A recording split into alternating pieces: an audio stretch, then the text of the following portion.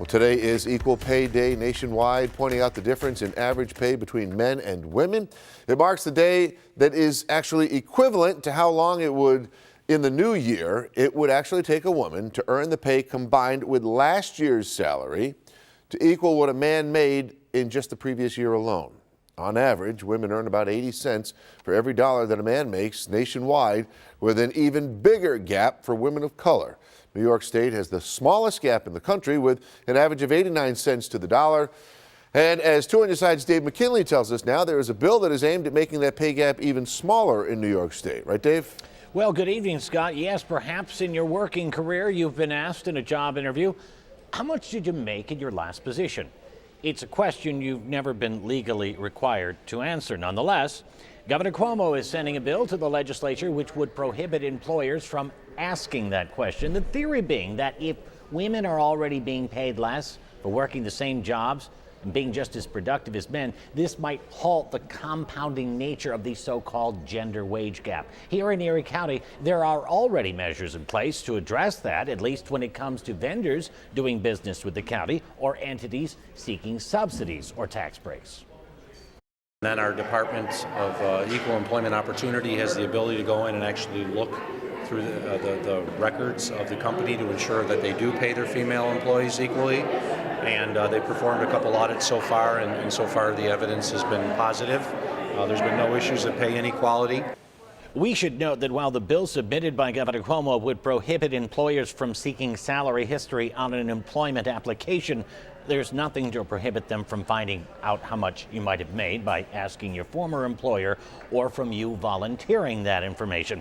Nor would it prohibit employers from asking another age-old and at times rather uncomfortable question, which is, how much would you expect to make at this job?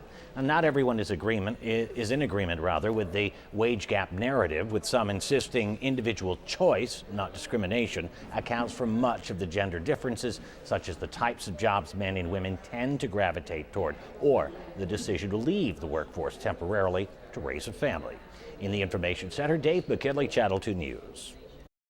And in light of that study ranking New York first in the nation on closing the wage gap, we are joined now by Catherine Smith from New York State Women, Inc. And Catherine, New York leads the way here on equal pay. Now, besides that salary history bill, what else is New York State doing right here? Some of the things they're doing right have to do with the governor's 10-point plan for women, and part of that is to help women by giving them family leave, by requiring employers, like you say, the bill that's in the Assembly right now. There's a number of things that New York is doing correctly. So let me, there's still room for improvement though, right? Obviously. I mean, I believe the difference is 11 cents on the dollar now, correct? That's for white women. Okay. For Hispanic women, it's 54 cents. That's almost half when you think about it. And for African American women, it's 64 cents. So there is a lot of room for improvement. What do you think needs to be done to get that improvement? You know, a lot of it goes down to the employer. It goes down to evaluating the job as a job and looking at the experience of a man and a woman and saying the experience equals the same. It's equal pay for equal experience. Exactly, exactly. Okay. And your mission is, tell the folks at home what your mission is. Oh, New York State Women, Inc., we build powerful women personally, professionally, and politically, and our vision is to make a difference in the lives of working women. This has been an issue for us for a long time. As far back as 1929, we were advocating for equal pay for equal work. And you are making headway in New York State. Yes, I think so. Catherine Smith from New York State Women, Inc. Catherine, thanks for your time. Thank you. Appreciate it.